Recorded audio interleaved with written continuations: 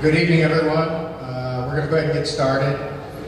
Thank you first and foremost for coming out tonight. I'm City Manager Jeff Barton. I appreciate you guys coming out to participate in our annual community budget hearings. We do have two videos that we can show tonight if we need to. So we have an English version and a Spanish version. Do we need to show both? Can someone raise their hand if they need the Spanish version? If not, we'll show the English. Okay. So that shortens things. And I will introduce Mario. We got two translators here, Mario and Elsie. Would you guys like to introduce yourselves? Yes, I was just gonna, is it on? I was just gonna make the same announcement in Spanish. ¿Hay alguien que va a necesitar intérprete de español? Is there anyone that's gonna need a Spanish interpreter at this moment? So do you still want me to make the announcement? No, I think you're good. I think you're good. We'll right. keep an eye on if anyone else comes up. So again, thanks everyone for coming out. We do have about a 10-minute video. I do also want to emphasize that your participation in this process is really, really important.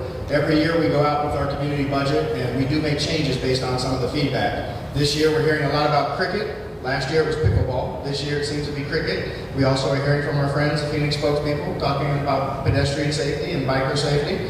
And we've also heard some things about arts and culture. So we'll see what tonight has in store for us. But go ahead, Dewan, and cue up the video.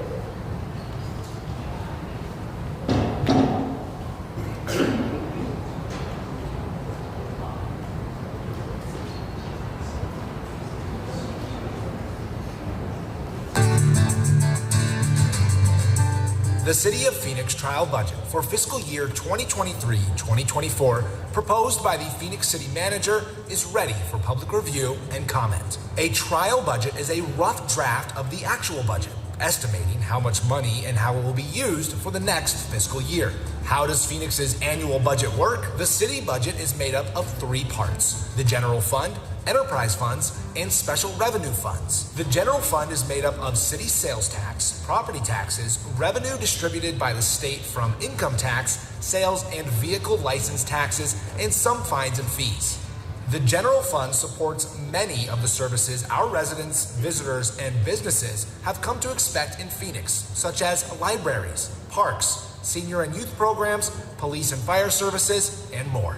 Enterprise funds are those city departments that only charge the people who use their services directly, like water and sewer, airlines and passengers in Sky Harbor, and trash and recycling customers. Finally, special revenue funds reserved for specific purposes from grants and voter-approved sales taxes dedicated for parks and preserves, transportation, and public safety. That's how Phoenix gets its money.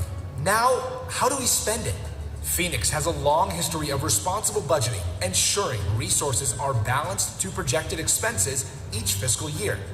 A top priority of the City Council is to ensure the public can engage in the budget development process every year, giving the community a voice in the future of our city. Residents have multiple opportunities to provide their input ahead of final budget decision-making scheduled for May 16th. Each year, departments look at what it will take to provide services for the upcoming year, and staff forecast what resources will be available to pay for services. The city manager then proposes a trial budget in March each year that identifies how resources should best be allocated to achieve city council and community priorities. Then we ask for your input at community budget hearings in April each year by using the Fund Phoenix interactive budget tool available in English and Spanish, or by contacting the city directly to ensure the budget reflects the priorities of our residents and city council. After receiving your input, the City Council will vote on the budget in May and legally adopt the budget in June each year. State law requires the city's budget to be balanced each year, and this year we are happy to report a projected budget surplus of $134 million. This is thanks to Phoenix's continued strong economy and sound fiscal leadership from the mayor and City Council. For fiscal year 2023-24, the proposed general fund trial budget proposes to allocate the surplus primarily to address employee compensation. The city is experiencing significant vacancies across all city departments due to the competitive labor market, and increases are necessary so we can ensure our most valuable asset is paid competitively and positions can be filled with the best talent available to deliver services to you. This year's trial budget also includes $14 million in general fund money proposed to programs and services in City Council and community priority areas. Focus Area 1, continuing services for vulnerable populations.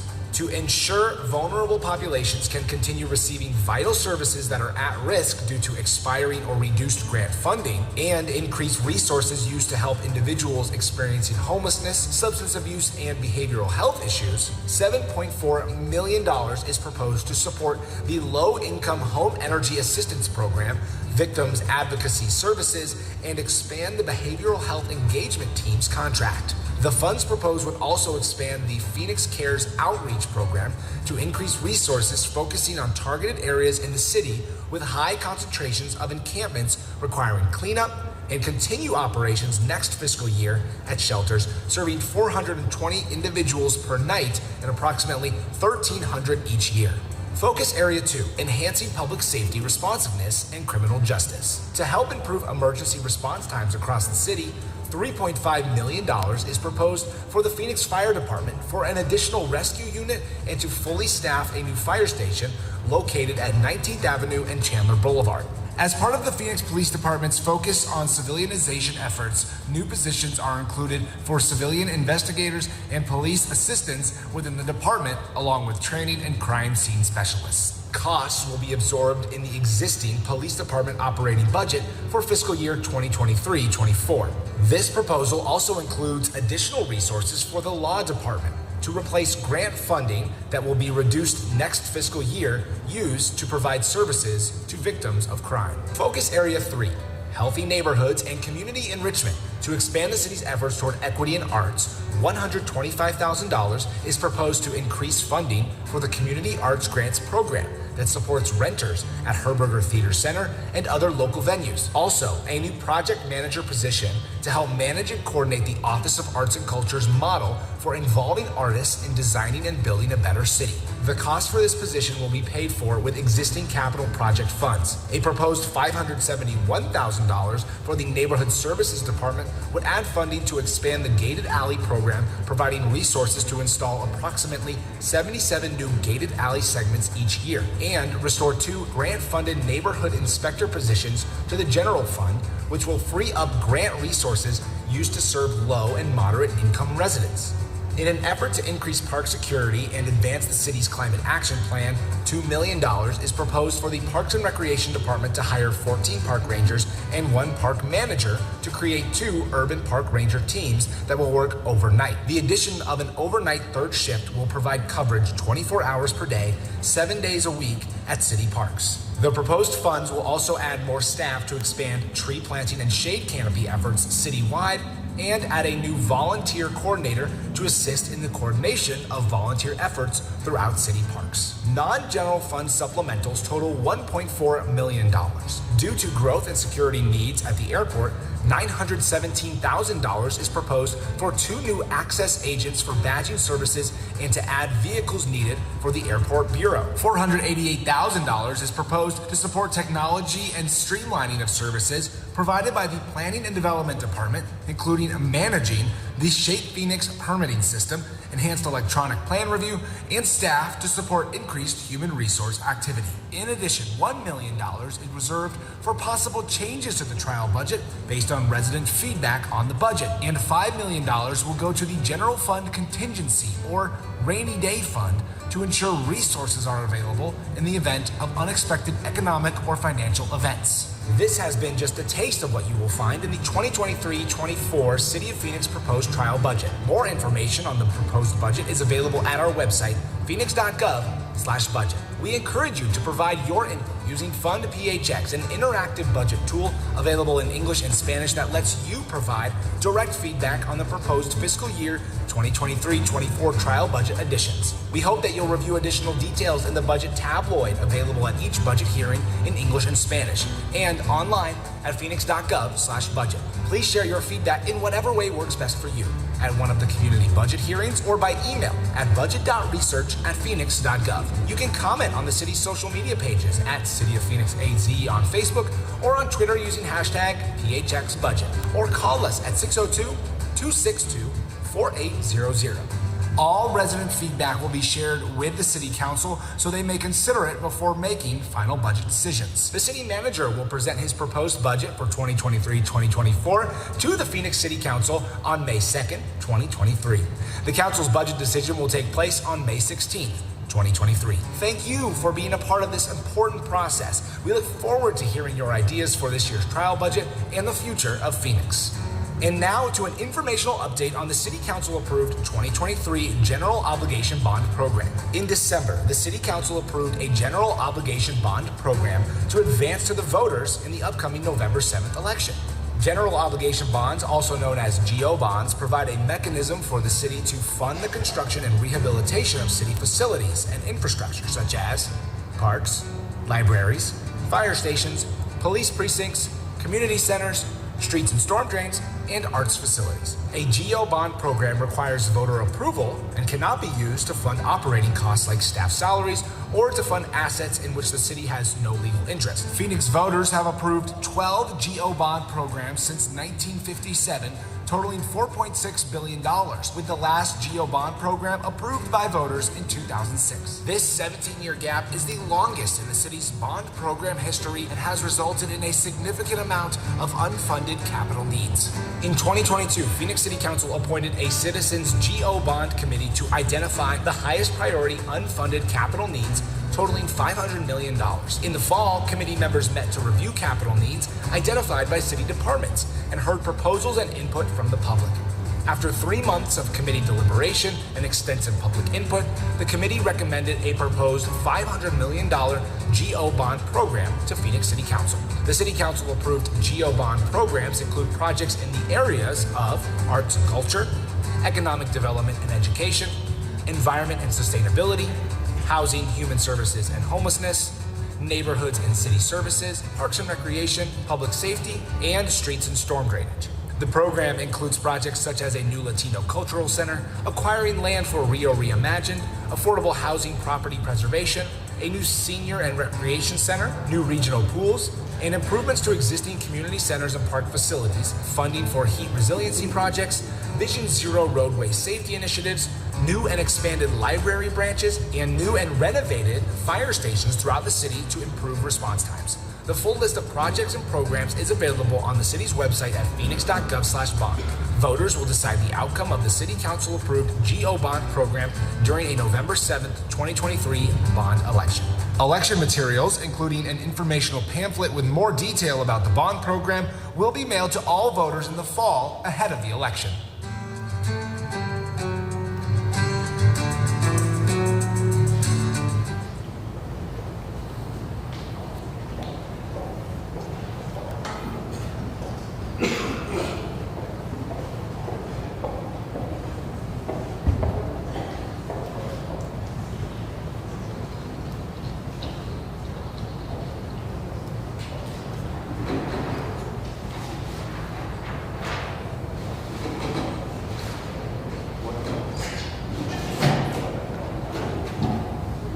So as Dewan takes care of our screen and our technical issues, it's my pleasure to introduce to the first time, I think, to the community here, Councilwoman-elect Keisha Hodge-Washington. Keisha?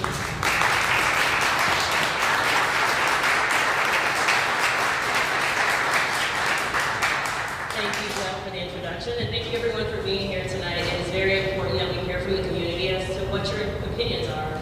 The city only works best when we hear and we meet the needs of our residents, and we only can do that when we hear from you. So I look forward to hearing your feedback on the budget that has been presented. City Management Office did a really awesome job trying to cover all of our needs, but I want to hear what you guys think about it. So I'm going to turn it back over to Jeff. Thank you.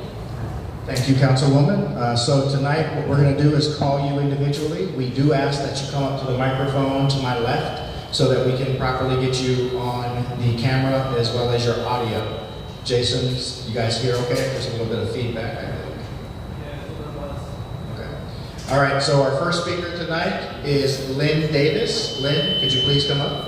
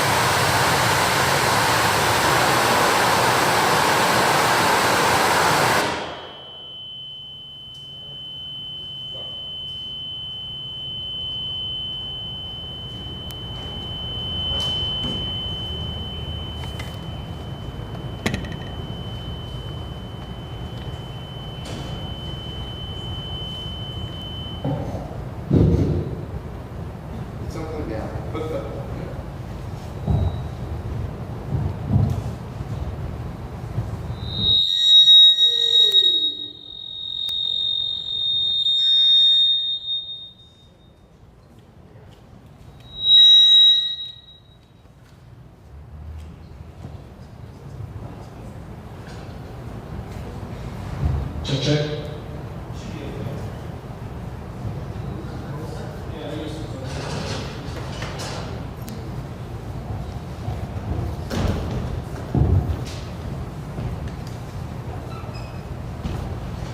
Lynn, are you still here?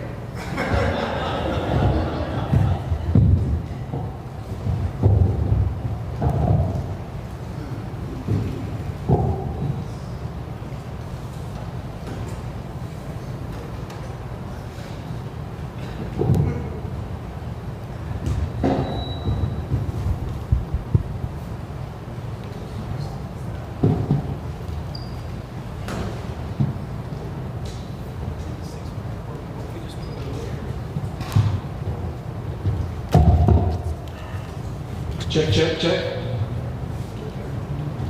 Is this better? Yes. Okay, let's do it over here. Sorry, Miss Davis.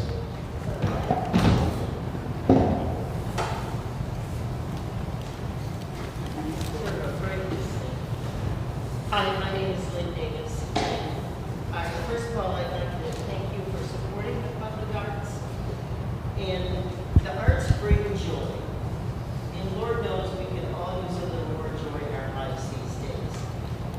Public arts draws people to local communities and neighborhoods, and when people are there, they spend money in the local shops and restaurants while they're enjoying their visit at that community, looking at the new murals and whatever else they find. All great cities have great public art.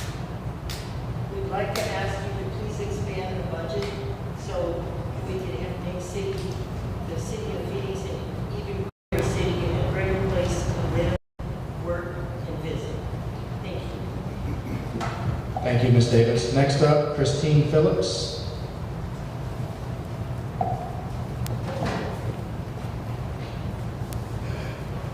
Good evening.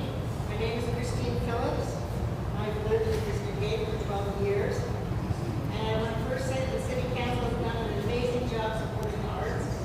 And here are the two things I most enjoy showing off to my many out-of-town house guests. First of all, in my District 8 is the Sky Park Museum. It is one of the largest airport art programs in the United States. And with rotating exhibits, it never gets old. Number two, I am proud that our city has a vision to support the one-of-a-kind musical history exhibit. It delights my guests with a never-before music experience. I'm here to support an increase in the art budget funding for the next fiscal year.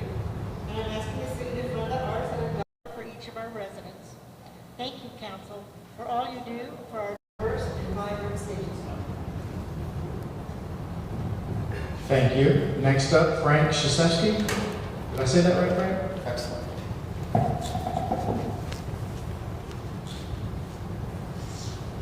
My name is Frank Shizeski.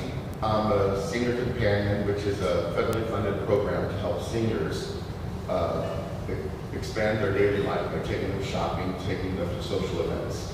And I live at Fillmore Gardens, which is a senior center. Sorry for my throat, I know the allergies are affecting me. I find that our building doesn't meet fire safety standards. I made a big report and sent it to the city. We don't have a suppression system, which is a sprinkler suppression system. We don't have an area of refuge in our staircases. We're dependent upon our balconies for people on the second floor. A lot of my friends on the second floor are in wheelchairs. We're using oxygen. And at certain times, we had maintenance put trucks and trailers in the courtyards to limit access. I have spoken to fire safety designer, and he was willing to meet with our manager at Fillmore Gardens. And Carlos Garcia was going to organize it, and his assistant told me that I can't be helped anymore. Someone from the city had stopped it. And recently I had given my city manager a product that we put over our stoves in case of a fire. And what it does, and there's a flame, it totally distinguishes it immediately. That person is investigating it to see if it's viable for our facility. I'm sure that we're not alone in the city of Phoenix, that kitchens are at the exits of the main doors, and if there's a fire at the stove, they're trapped. I would love to talk to the fire department. I have dealt with a fire safety planner, and he was told he can't talk with me anymore.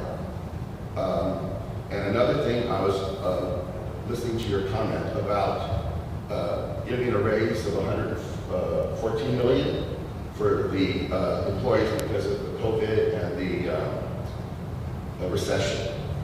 I've done a quick study about a 10-year evaluation, and everyone's salary was increasing. And there's also a little highlighted area to the side of additional funds. So I'm a little bit confused why we need to pay employees more when I see they're always getting raises.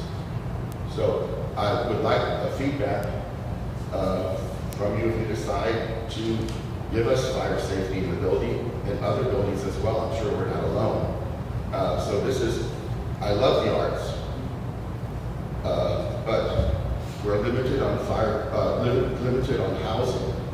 And there's been a couple buildings that burnt, and fires spread from one apartment to another. And if we have a fire in Fillmore Gardens, we're 120 people out of homes. So I think it's important that the housing for the seniors is very important for us. So if you could work with us and maybe give us that chance to minimize fires over the stove, I would greatly appreciate it. Thank you. Thank you, Mr. Krzyzewski. Fire chiefs, could you touch base with Mr. Krzyzewski at the end of this? And Aubrey, if you have a chance to talk to him about Fillmore Gardens, and I'll speak to you personally myself about the employee compensation packages. Next up, Barry Bulfrun. You want us to bring the mic to you? We can bring it to you. Sure, that's great. Do you want to bring the microphone?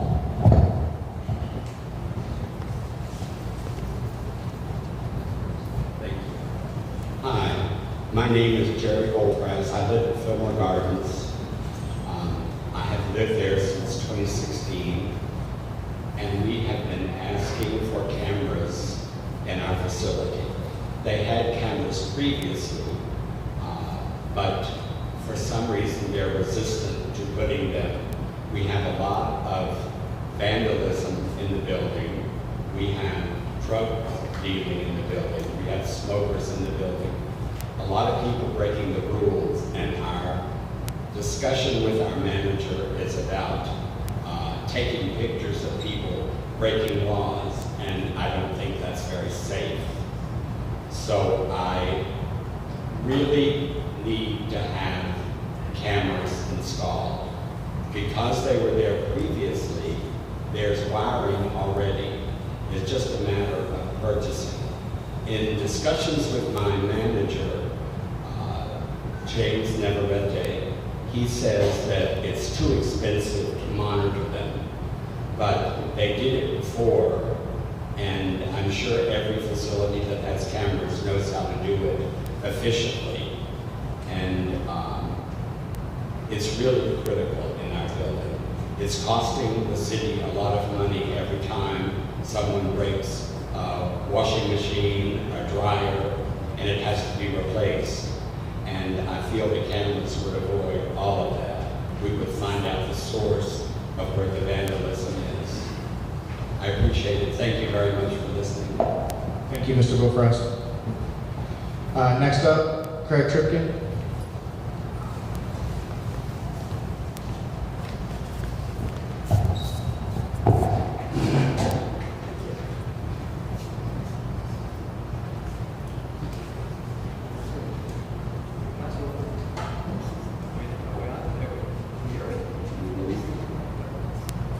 There we go.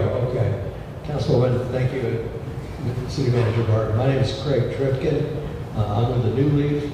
I worked at City Hall. I had the pleasure of working with Cena I saw when I walked in. Actually, I worked for Cena, and I probably drove her nuts when I was there. But I'm representing a new leaf, and specifically I've got two things I'd like to bring up. Number one is Phoenix Day, Early Childhood Education Center. The other one is homelessness.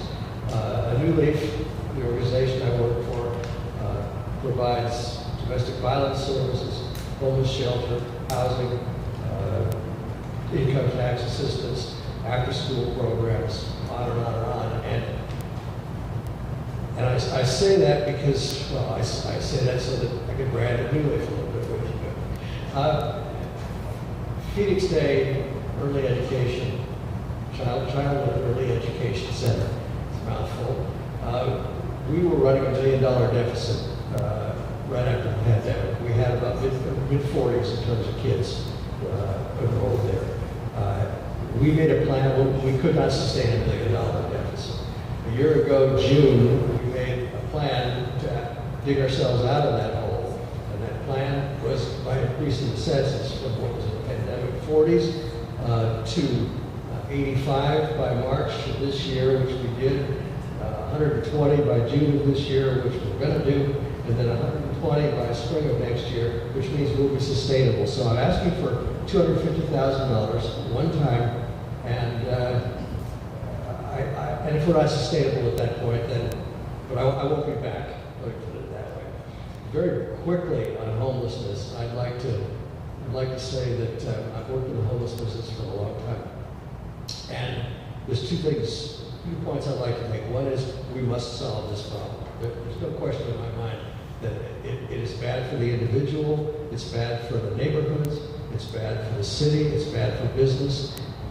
Homelessness has to be solved, and I hope that I know the city manager and the council is prioritizing that, and I hope it continues. And you've got a great staff, by the way, working on that stuff. And the second thing, look at my notes on the second thing. The second thing is, I think we need to reinvent shelter. Shelter, every person who walks into shelter is a failure of a diversion system. And when they get into shelter, we need to have systems to quickly move them out of shelter, get them into substance abuse, mental health treatment, substance abuse treatment, mental health treatment, and or jobs. And a new leaf provides all those things. But I really think that I think this is a vital problem. And again, it's bad for our city, it's bad for the individual, and it's bad for the neighborhoods, and it's bad for business. And I think that I think I've said enough. Thank you. Thank you, Mr. Tripkin. Next up, Tony Barastigui. I know I butchered that. You did good. Did pretty good.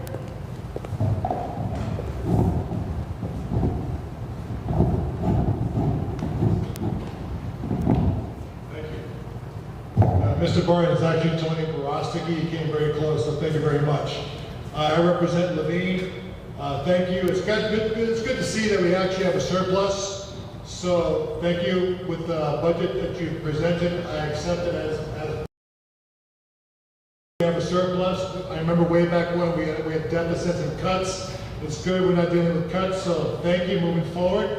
Thank you, Councilman-elect Keisha Washington, for coming to join us. I appreciate that. Again, I'm here to represent Levine. I want to say thank you for our awesome community center. We have a community center that just got built. It is fantastic. I can't tell you how happy Levine is for that community center. Keep in mind too now, right next to the community center is Cesar Chavez Park. Cesar Chavez Park, I'm going to ask the city, please, if you can try to draw some more attention to it to help clean it up. After Easter, it's been very, very dirty. I know my wife walks it on a regular basis. The lake is kind of rough looking. There's two guys out there busting their butts trying to clean it, but it really needs help. That is such a beautiful park, and it's like a point of pride in Levine, and we really wanted to look as good as it is next to that beautiful community center. If you could draw some attention or maybe allocate some resources to help those guys clean that up, I would truly appreciate it. Also, you guys have done a fantastic job. We've had an issue with 35th Avenue and 51st Avenue and Baseline. We've had some homelessness. We've had some issues over there. The community is trying to clean it up. We have people that are volunteering for cleanups all the time. And also, I know that there's been some law enforcement trying to work on it. Please continue that. We really could use some help on 35th Avenue and 51st Avenue. Also, 51st Avenue and 35th Avenue and Baseline is like the front lawn of Levine, and there's weeds and I mean, really, it's just, I go to Scottsdale and I go to Chandler, and the streets look great. I go back home and I got weeds on 35th Avenue and 51st. I'm like, guys, you can do better than that.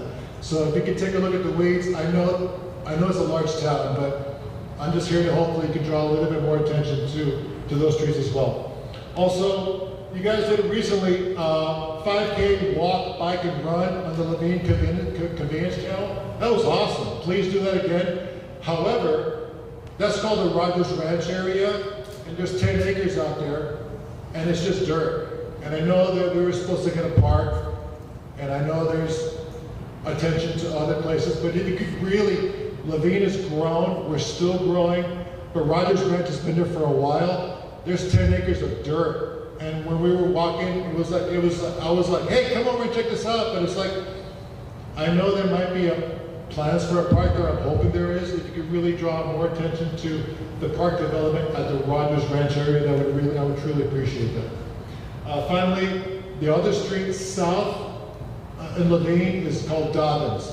Dobbins is a wonderful road that brings back the rural feel of Levine. We want to keep the rural feel. I know they wanted to make it like a scenic route. Please don't make it like another Baseline. Put some thought to it. Levine is a point of pride. We're really close to downtown Phoenix. If you guys can, I understand that maybe sometime there was a thought of making a scenic route. That's something to really think about, make it a point of pride. Put some thought into the Dobbins Street and make it a scenic point of pride. Thank you for your time. Thank you. Next up, Annie Eldon. Annie.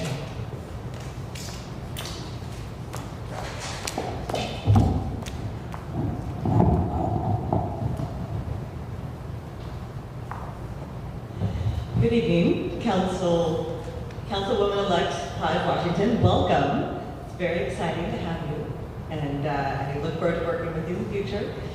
And City Manager Barton, I know you've heard me before, so thanks for bearing with me. And thanks for the shout out earlier. My name is Annie Eldon. I am a board member for Phoenix Spokespeople. We're a bicycle nonprofit here in Phoenix.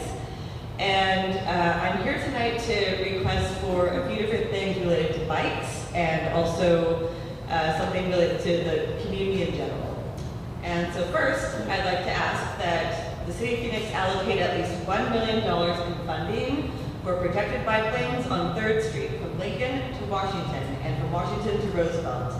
These are currently 2 different projects, but they really should be one project because it will connect the bike lanes from south of Lincoln and the bike lanes north of Roosevelt, and we just gotta get those connected. And this is especially important because the City of Phoenix received a huge grant from the U.S. Department of Transportation to build a beautiful bridge down at 3rd Street, Rio Salado, and it would look really poorly on the City of Phoenix to have a beautiful bridge that is not connected to anything. And so let's show the United States Department that we are worthy of that award and connect that bridge to the rest of the city.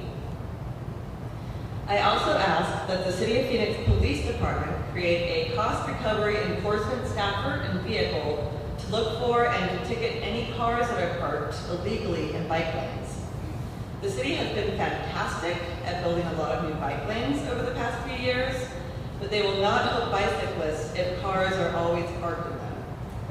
And honestly, it would make the traffic in the street much more dangerous because it would force the bicyclists out into the street, and then people driving in the street would not expect the bicycles to be there, and there's a bigger potential for crashes. So anything that we could do to keep the streets safer for everyone is really our goal. So I hope that can happen. And lastly, I ask the City of Phoenix implement a permanent program for either virtual or hybrid community city budget hearings every year after this, and also for city meetings in general. While I and many others here were fortunate to make it, many people were not due to transportation barriers, childcare, sickness, and others. Virtual or hybrid budget hearings and city meetings make them more accessible to the greater percentage of our population. And I really feel like it is really valuable for people to be able to speak directly to the council member or to the city staff in real time. Even if they can't be there in person, there is something that really builds the dignity of people when they're able to speak directly to the council person or city staff member. And so thank you so much for your service, and I look forward to working with you all. Good evening. Thank you. Next up, JC Johnson. JC.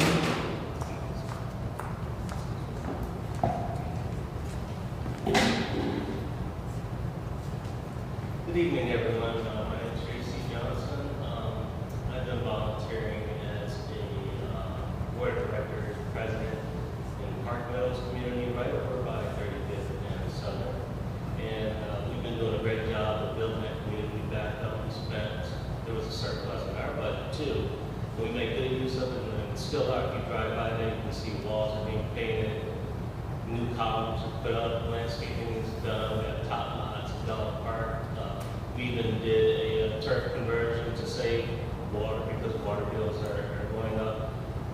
But my first thing that I was going to talk about is a traffic light over on 31st Avenue and Southern. Something I've been emailing the district email since probably 2021 or 2022.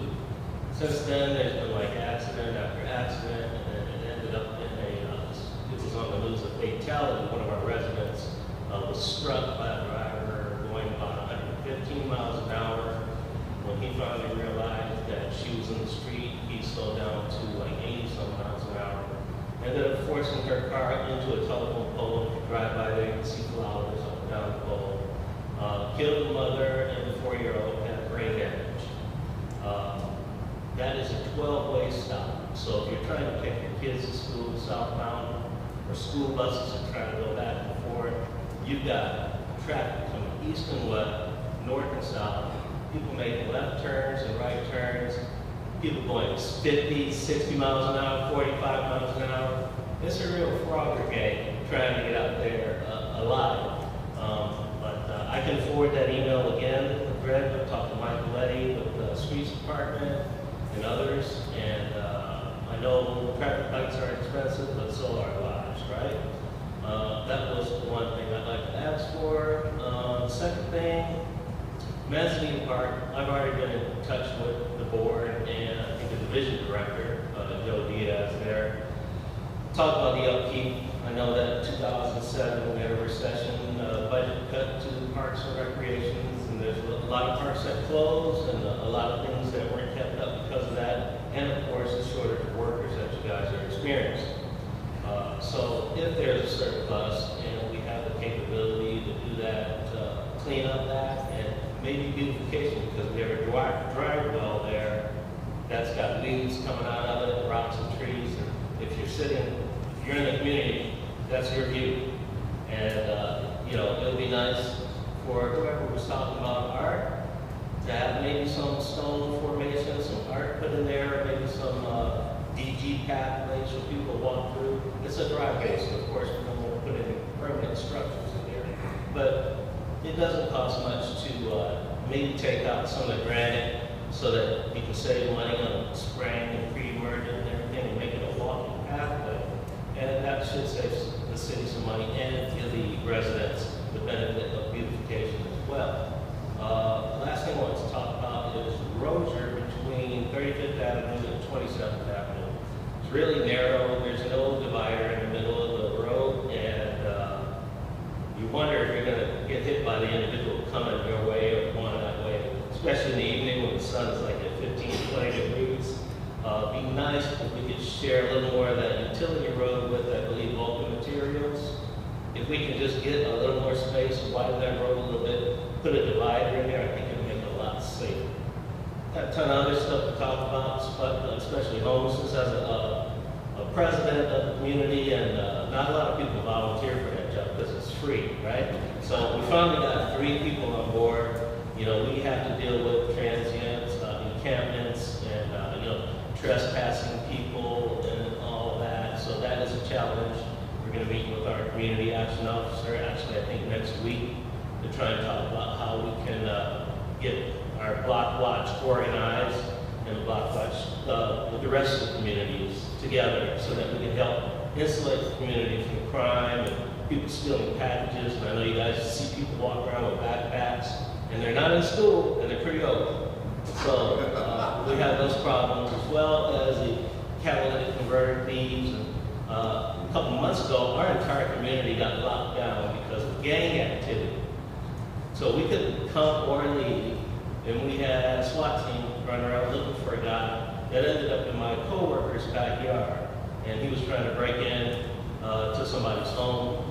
Earlier that day, I saw a car observing another home, and they were part of a gang as well. But sometimes you get tired of being the cop, the president, the this, the that, the other, and that one I missed to report to stop that. But that's all I really have. Got a lot more things to say, but you guys, thank you very much for your time. Thank you, Mr. Johnson.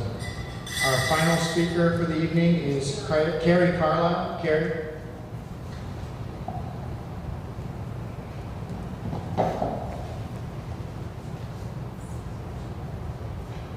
Hello, I'm Carrie Carlisle, Executive Director for Heritage Square Foundation. The foundation is the nonprofit partner of the City of Phoenix in the operation of Heritage Square Park. I'd like to think that Heritage Square is best known for the Rawson House Museum, but experience tells me that most know it as the location of Pizzeria Bianco. Heritage Square has 10 historic buildings, but it's not just a collection of old buildings. Heritage Square is a community center and a creative space. During the pandemic, we opened our event space to operate as a community resource exchange. We hold events with activities for kids, host weekly yoga classes, feature performing artists during events, and support local artists in our shop. And yes, Heritage Square is a place of history, preservation, and learning, with exhibits, tours, and online historical content in English and Spanish. Without Heritage Square Foundation, Heritage Square would not be all the things that I just mentioned. The foundation would have folded during COVID without the lifelines provided through COVID relief funds, especially those that came through the Office of Arts and Culture. Though COVID relief funds and general operating grants from Phoenix Arts and Culture, through those, the foundation has been able to continue operating, retain staff, and hire and train new staff in order so that we can continue to do all the great work that we've been doing for the community. Continued city funding is critical to the livability of the city. Livability requires the arts, the celebration of all of our cultures, and the preservation of our history and historic buildings. Mayor Gallego began her State of the City address yesterday by talking about the historical context of Phoenix and how important that is to understand where we are today and where we're going. However, Phoenix needs to invest more in arts and historic preservation in order to ensure the city's continued livability. I'm happy to see additional funds being proposed for the Office of Arts and Culture. The need for arts funding has increased dramatically, and the budget increase proposed is not enough.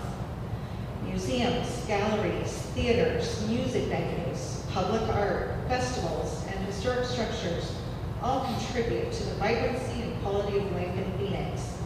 For the benefit of our community, please increase funding for arts and culture and for historic preservation beyond the figures already proposed. Thank you. Thank you. Hearing no more speakers, I want to thank everyone again for coming out tonight. I will ask my department reps, if there is someone here that spoke to an issue that you own, please try and grab them before they leave this evening. And if not someone here for that item tonight, I'll make sure someone gets back to you very shortly. And Mr. Krzyzewski, I got you. All right, have a good evening, everyone.